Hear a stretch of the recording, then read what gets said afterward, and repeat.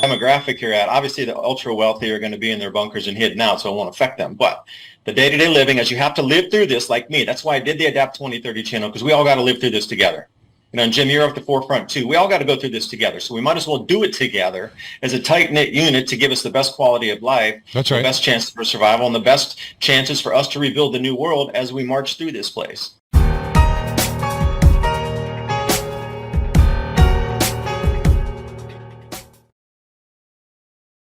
We, of course, are with the one and only David DuByne, the founder of Adapt 2030 YouTube channel, and also a Brighteon TV host as well. He's on, I'm on tonight, and he is on, I don't know what days, I think Thursdays or Fridays, I'm not sure. But Dave is also, he's really become a leading prognosticator. He's been on with Mike Adams lots of times. I think Mike says you're one of his favorite guests to have on, Dave. And, you know, you have a great grasp of the full picture. You know, some people come on and they specialize in one area, but you have a really good grasp on, I think, what goes on over in Europe, which I don't think people really realize, Dave, how much that really affects us over here. What goes on over there will eventually make its way over here. And I think people say, that's over there, no big deal. And really, it is kind of a big deal. Tell us about that connection. Tell us why do people overlook that, and why is it dangerous to do so? Because our news isn't feeding them that. That's why it's being overlooked. If the news was front and center every day, then it would be looked at. Like, I'm surprised our news is not front and center every day saying, you know what, we're going into massive food shortages. We all need to start our own gardens again in our own homes, and have 5 or 10 minutes of the first, you know, news broadcast of every single evening giving you tips and tricks on how to, or showing you maps of community gardens, or how to build your soils, or what seeds, or what month this could be to plant your veggies, and then what month this could be to wild forage. You know, that should be the front news that should be on right now with the cataclysm we are running headlong into. But they choose to choose, focus or not focus, whatever, to distract. It's like the illusion is being built by your mind. So the thought is creating the caged reality around each individual nation. It's not so there's a different caged reality for Europe right now. Oh, the rightists are swinging in, Mussolini's swinging in over in Italy. Now, the only reason maybe that was, you know, when you look back in hindsight, and you hit something really important on the head there. A lot of people are super specialized niche. You know, and I didn't go that direction, where I was more of a generalist. But being not really looking for a trend in a very specific niche allowed me to just kind of look out and go, wait, that kind of connects over here. We're talking about food shortages. And what do we need to grow food? Oh, we need fertilizer. Oh, there's a natural gas shortage in Europe. Okay, so those all start to connect together. But if I was a gas trader, I'd only be focused on gas, and that'd be it. And if I was only like an ag space, you know, wholesaler or something, importer, exporter on the fertilizer sides, and then you break that down into specialty niches from the urea and the ammonia thing, like, you can get really specialized and super laser niche, which our whole world today is laser niched.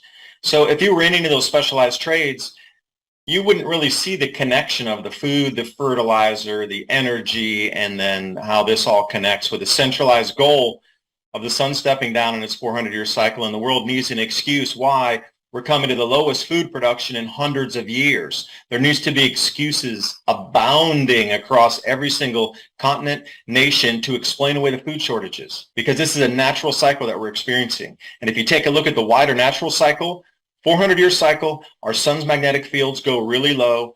Our jet streams and cloud cells move and wander, so the planting and the harvesting dates are not stable any longer. Now, that's a known. But today's world, everything is linear and it's so precise, and we got satellites. Well, how do you explain away the food shortages? And at the same time, keep the global warming narrative moving forward so you can get a global tax. See, once you start to put in that context, then you see the periphery things start to plug in very cleanly, like blocks that you would build a Lego set with. And here we are. We're really at the cusp of it. It's past the point right now where the collapse phase is here to usher in the central bank digital currencies, and also your digital rationing card, which, James, I know we talked about this, and I talked about it with Mike and everybody until I was blue in the face back in March, saying the fertilizer shortages are going to be so massive this year, it's going to create the largest food shortages that we've seen in quite a long time. And by December of this year, we'll have digital rationing cards for food. And here it comes in. They are definitely pushing for this as we speak. And you're going to see digital rationing cards for your food by the end of the year. And I know I get long-winded, man. Stop me sometime. Well, how would that go, David? Do you mean you wouldn't be able to buy from the grocery store without your digital ID card? And what would they? I mean, do you have any concept about how that's specifically they're going to tie it to your phone? Are they going to smartphone it? What's your thoughts on that, or what evidence have you found? Okay, so it's not going to sweep the globe in a single day and then everybody will wake up and you go, hey, your thing, you got to have this. Notice in the test countries that it's being done right now, in the EU especially, since it's going so hardcore there with your energy, they're trying to ration electricity. They're going to be putting you in jail if you allow your thermostat to go to a higher level.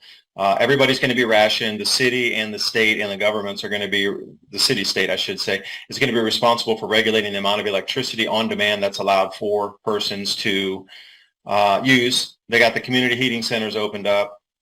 You will not be allowed in the community heating center if you do not have your ID with you. So this is where it starts. And this is going to move all digital. So with it, it's in Europe is going to be the hotbed of it before it sweeps the rest of the planet. I would say Europe and Australia and New Zealand are going to be the first three that you're going to see this implemented. Because you can see the trajectory they've already gone. So with the COVID passports and that thing, suddenly, you know, how's the gas let off that?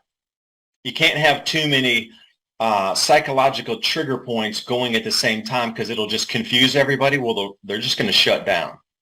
So as you see the narratives move, bend, and morph, you'll notice that the gas gets put on one thing to create a different like section of fear in the brain that wasn't hit. So if they're going to hit you with fear on a global plague or whatever you want to call it that they tried to frame it as, like that triggers a different part of your brain than food shortages and that sort of thing. So Daisy, what you're talking about basically, David, is a basic control operation, really, that they're sort of running on us right now to keep us off balance, to keep us in fear, to keep us confused. I don't think we really know who our allies are, who the enemies are. I think there's some, I think they intermingled on purpose. We're not going to do it anymore. You saw Italy just now apparently has elected a nationalist. I don't really know a lot about the woman very much, but it's certainly not, she doesn't seem to be, establishment. How long before people are just going to start saying, we're not going to do it anymore? You can say what you want. You can make whatever proclamation you want, whatever mandates. We're not going to follow it. Or do you think they're going to blindly follow it? Where are we at?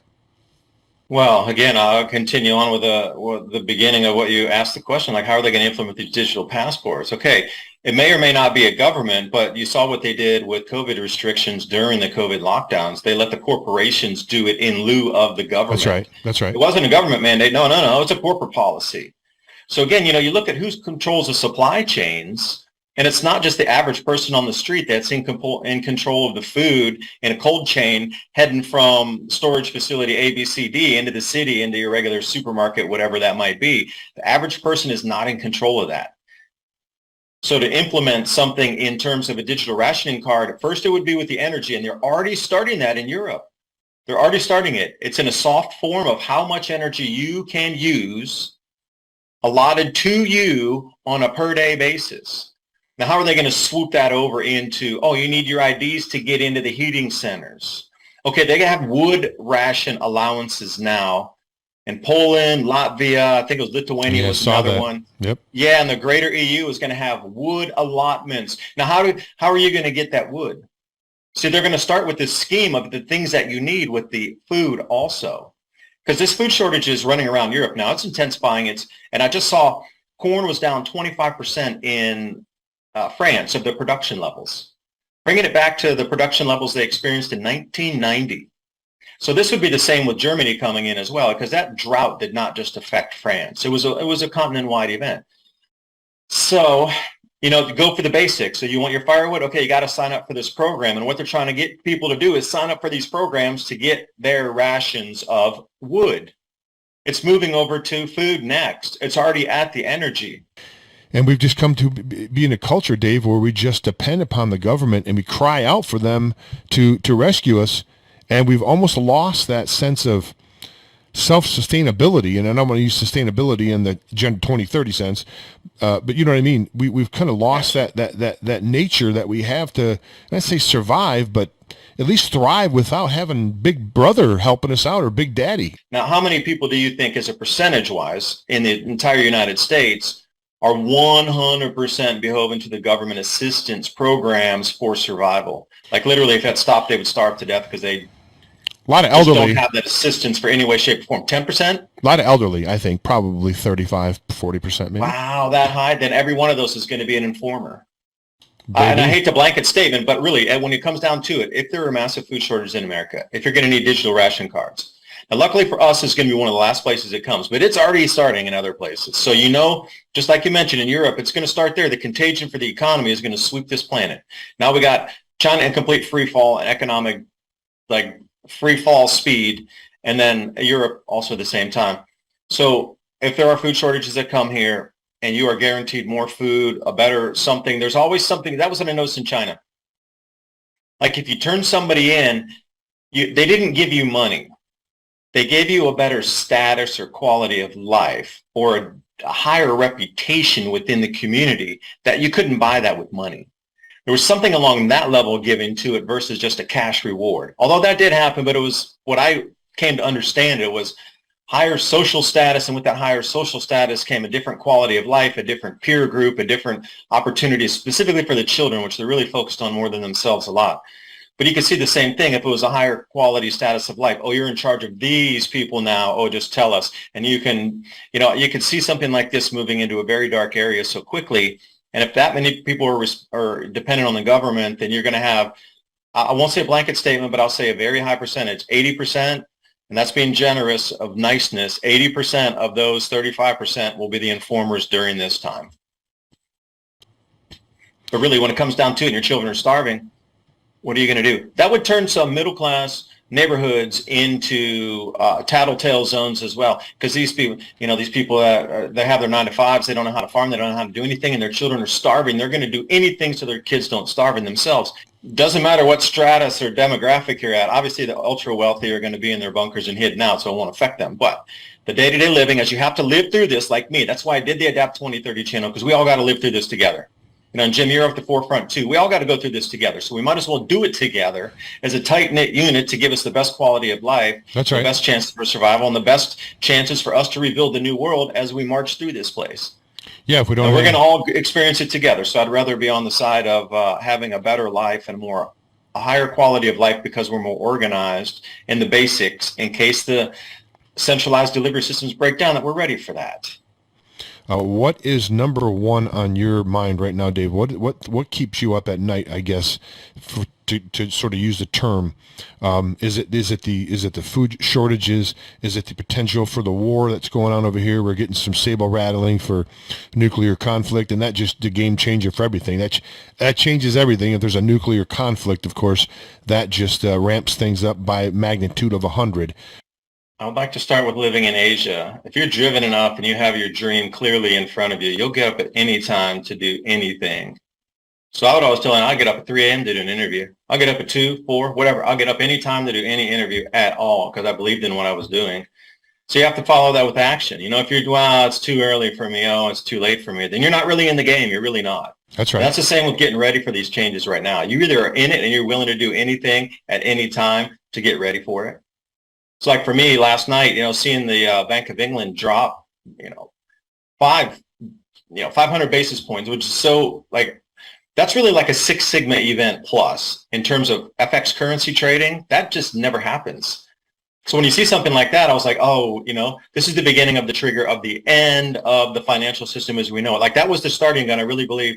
So then I was sitting there thinking, and I have some notes from last night when I was, because I keep a little notepad by my bed here. Biochar. I was thinking about my ozone generator, farm attachments for the Ranger that we have. We have an ATV, so little farm attachments that clip back there like a disc harrow and a tine rake and stuff like this. So the things that were keeping me up are, am I prepared enough? So from this point forward, the interventions that are going to be required are just going to dump so much money, and they're going to suspend market trading and the bank bail-ins. And then once you see that, you get a good, the reason this all happened, they need to bring you to central bank digital currencies. They got to collapse the traditional markets. Like what you understand, finance itself needs to come to ground zero before they can build it back up, because two systems running in conjunction is no. So it's pretty easy to see. I mean, you know where they're going with it. So we're here, we're going to go to there.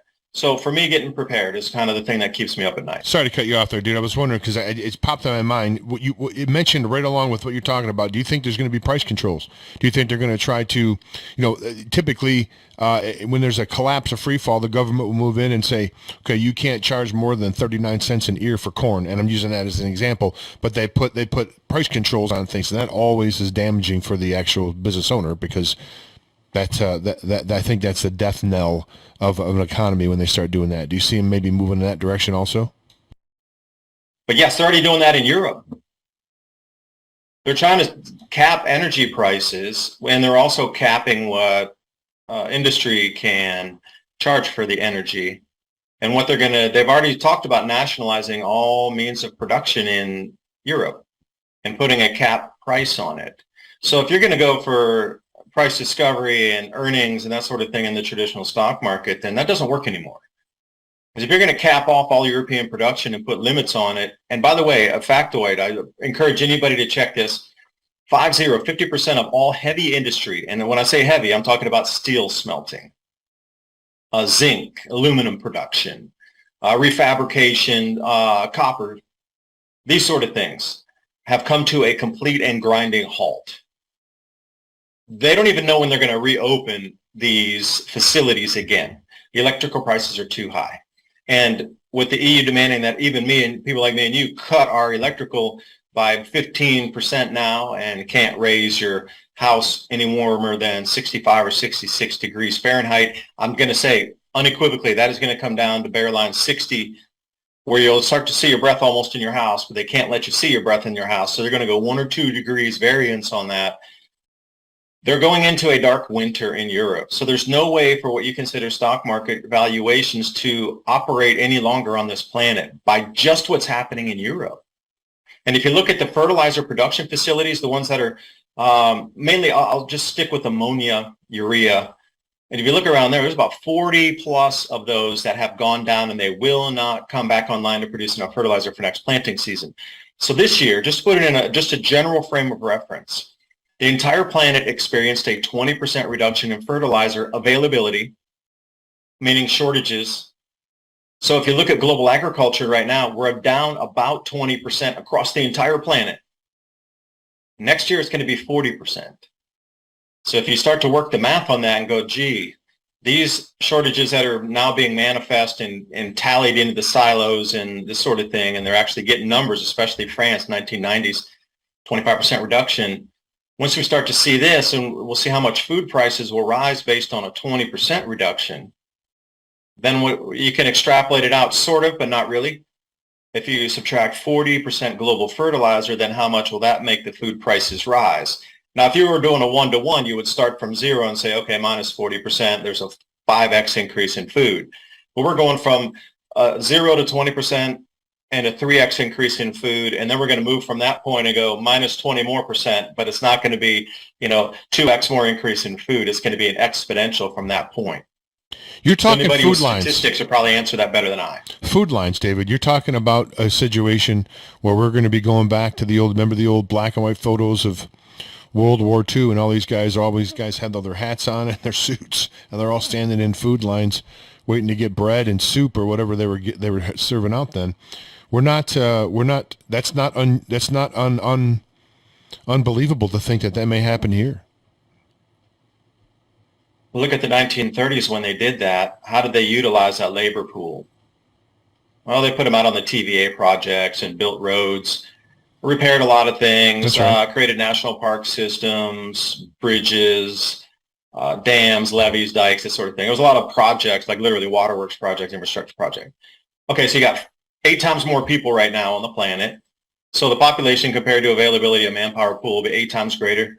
Let's say 7 if you want to be conservative. Then how would they utilize that? Now, do you think they're really going to let them go build more roads and dams and bridges? Or do you think they're going to turn them into a working army within the country and then send them out? I don't know. I really don't know. I'm asking as a question. Is it you think it'd be more toward an A, like infrastructure, supply chain types of upgrades, or do you think it'll be B, where they'll use it as a political force and create an army within the country of its own citizens? I don't know, really. I'm just asking. Yeah, that's a good question. We do have crumbling bridges and stuff in major cities across the country. Think about that there for a second. You clued in the idea. So just generally, I'm just saying a general sense. What we're going to experience in October of 2024 is going to be a slight second magnetic field in the outer solar system of the four gas giants that have created a square.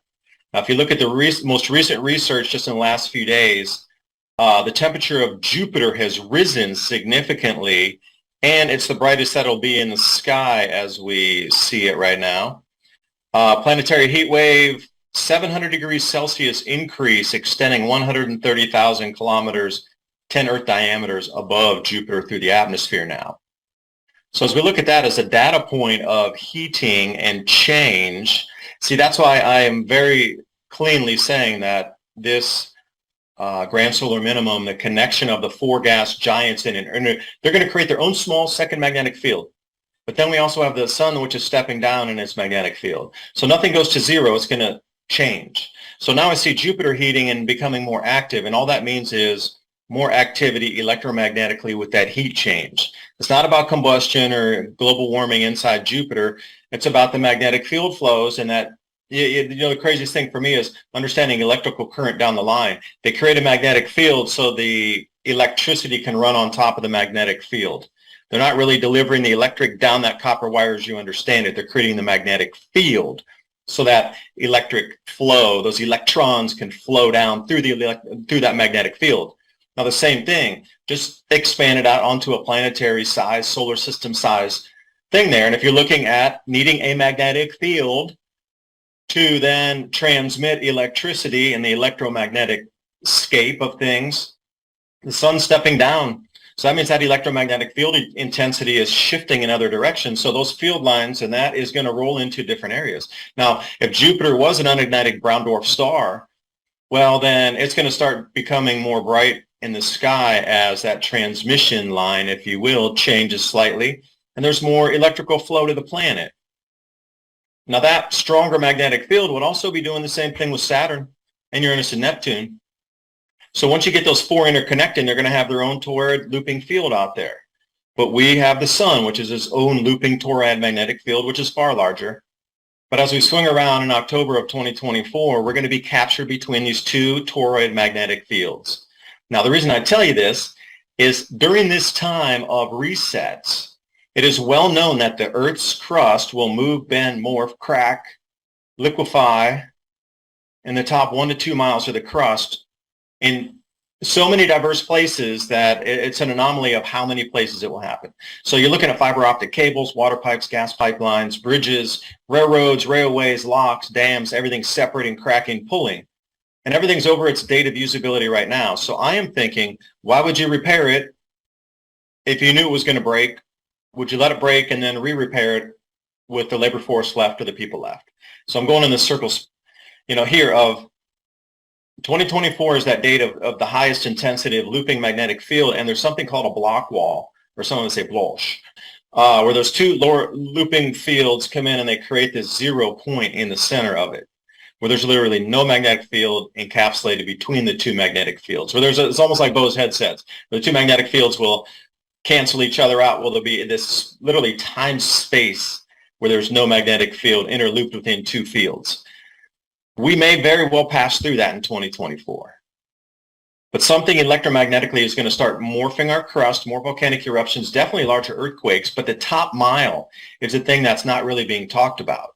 But if you go back through history, you'll start to find a lot of half-buried buildings, buried up to the first, 1 or 2 floors, and then over the last couple hundred years, we've started to dig this out.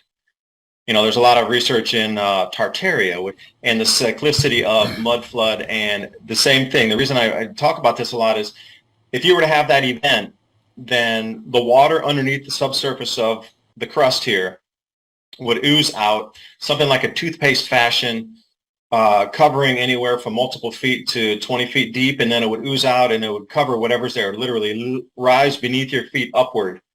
And during that New Madrid fault earthquake, up and down the Mississippi River, they had sand volcanoes that covered millions of acres of sand, but it took them 40 to 50 years to get that level again. They actually had sand volcanoes that shot, and the earth uplifting as well. So if you take this on on a wider level where instead of it being a regionalized area there, and if it did it for the entire planet, then we would come into one of these reset periods and there would still be some infrastructure left over. It would almost be, it would be damaged. So we'd pull back to sort of a, more rudimentary lifestyle until we figured out how to unbury it and get the tech back up and running again. It would be a fast track, but it sure wouldn't be from starting from scratch coming out of caves. So I'm with you. I don't really know how much of the history has been distorted, but I'd say quite a bit based on archaeological finds. And, what's up with these buried buildings around the entire planet? Yeah, I've seen some Seems of these. to be a planet-wide event. That's the only thing that can explain it for me is where we're coming to in 2024. And the elite, they don't care. They're not going to carry out this grand plan. It's a distraction to get you distracted through what's about to happen with the crust of our planet. I think it's one of the things we're going to find out if truth ever comes out, how much vibration, like you talked about, how important that is in our everyday lives, and I don't think people realize it. David DuByne, Adapt 2030 YouTube channel. Sorry, we're just out of time.